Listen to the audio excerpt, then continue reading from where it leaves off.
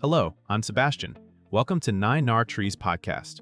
Today, I will summarize and review the book.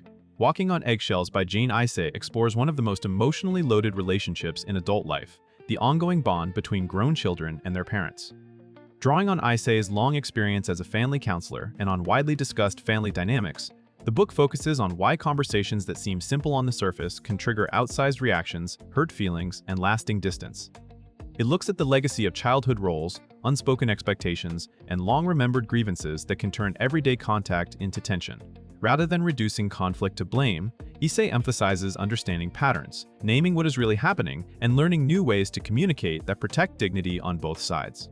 The book pays particular attention to the moments that make adults feel as if they must tread carefully, such as criticism about life choices, boundary struggles, and competing interpretations of the past.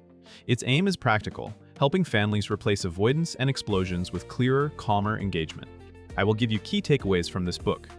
Firstly, why adult family conversations feel so risky. A central idea in the book is that adult children and parents often react to one another not only as present-day adults, but also through the emotional memory of earlier years. Even when both sides intend to be reasonable, familiar triggers can revive old roles such as the responsible child, the difficult child, or the disappointed parent. The result is a fragile atmosphere where people anticipate criticism, defensiveness, or withdrawal and therefore speak cautiously or indirectly. Isay highlights how this dynamic creates a loop. Fear of conflict leads to avoidance, avoidance increases misunderstanding, and misunderstanding makes the next interaction feel even more dangerous. The book also points to how different generations may hold different assumptions about respect, obligation, privacy, and independence, making it easy to interpret neutral behavior as rejection or control. Understanding these forces reframes conflict from a single argument about a holiday visit or a career choice into a broader pattern. Once readers can identify the pattern, they are more able to pause, choose their words intentionally, and respond to what is being said now rather than what was felt decades ago. Secondly, the long shadow of childhood roles and family narratives.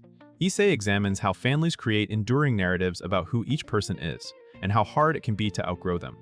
Adult children may still be treated as if they are not fully capable, while parents may still be viewed through the lens of past mistakes or unmet needs. These narratives can be reinforced by siblings, extended relatives, and repeated stories that keep the same emotional account open year after year.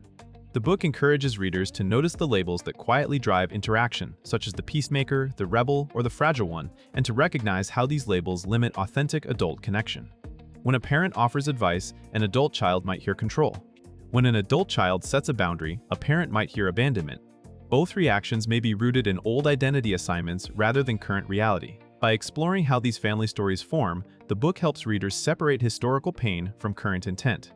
That separation creates room to renegotiate identity. Parents can relate to their children as adults with agency, and adult children can acknowledge impact without being trapped in a permanent childhood posture. Thirdly, communication that reduces defensiveness and restores respect. The book emphasizes that repairing the adult-parent-child relationship often depends less on winning arguments and more on changing how conversations are conducted. Isay focuses on communication choices that lower the temperature, speaking with clarity instead of hints, addressing one issue at a time, and expressing feelings without assigning global character judgments. A key element is learning to listen for the underlying emotion, such as fear, grief, pride, or shame, that may be driving a harsh remark or a sudden shutdown. By responding to that deeper layer, readers can de-escalate conflict and keep discussions from collapsing into familiar scripts. The book also underscores the importance of timing and setting, because difficult topics tend to fail when raised in moments of stress, in public, or in the middle of family gatherings. Practical guidance includes naming the topic, stating a goal for the conversation, and ending interactions before they become damaging. Over time, these habits can build trust. Parents feel less attacked, and adult children feel less controlled. The payoff is a relationship where honesty is possible without constant emotional risk. Fourthly, boundaries, autonomy, and the struggle over independence. Another major topic is the tension between connection and independence.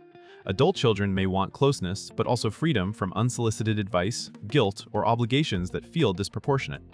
Parents may want involvement, but fear being pushed aside, especially as the adult child's partnerships, children, and careers take precedence. Isay addresses how boundaries are often misunderstood as punishment rather than as a structure that makes relationships safer. The book frames boundaries as specific agreements about contact, privacy, decision-making, and respect, not as ultimatums. It also explores how financial support, caregiving expectations, and differing values can intensify power struggles. When money is involved, autonomy can feel compromised. When health declines, adult children can feel trapped between compassion and resentment. The book encourages readers to define what they can and cannot offer and to communicate those limits early before frustration turns into cruelty. It also suggests that parents can maintain dignity by asking rather than demanding, and adult children can maintain empathy by recognizing legitimate parental fears. Clear boundaries, consistently upheld, reduce the need to walk on eggshells and make closeness more sustainable. Lastly, repair, forgiveness, and building a new adult relationship, Isay treats repair as an active process rather than a single conversation or a quick apology.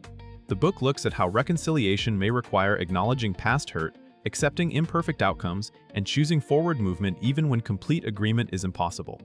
It distinguishes between understanding and excusing, encouraging readers to validate their own experience while also making room for the other person's perspective. This matters because adult children and parents often remember the same events differently, and forcing a shared version of the past can become another battleground.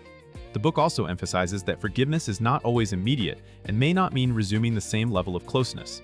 For some families, progress may be smaller and more realistic, fewer explosive conversations, more respectful contact, or reduced emotional dependency.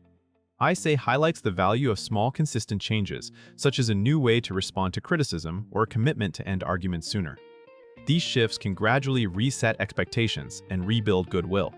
The broader goal is an adult relationship built on choice and mutual regard, where both sides can grieve what was missing and still create something healthier now. In conclusion, this book is best suited for adults who feel tense, guilty, or easily triggered around their parents, as well as parents who sense distance and do not know how to repair it.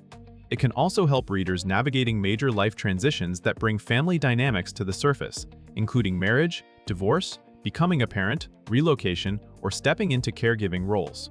The practical benefit is that it teaches readers to recognize recurring patterns, name the real issue beneath surface arguments, and communicate with more intention. Those skills can reduce stress, improve self-respect, and make family contact feel less like a test and more like a relationship chosen freely. Compared to many family relationship books that stay abstract or focus mainly on childhood trauma, Isay's approach concentrates on the specific challenges of adulthood, boundaries, independence, loyalty conflicts, and the desire for connection without control.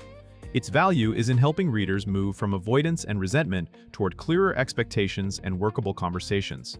The book is worth buying because it addresses a common problem with grounded guidance and a compassionate stance toward both generations. If you want more stable, honest contact with your parents or your adult children, it offers a realistic path forward. If you would like to support Jane Isay, you can buy the book through the Amazon link I've provided in the podcast description. After reading the book, please let me know what you think and share your thoughts. See you around.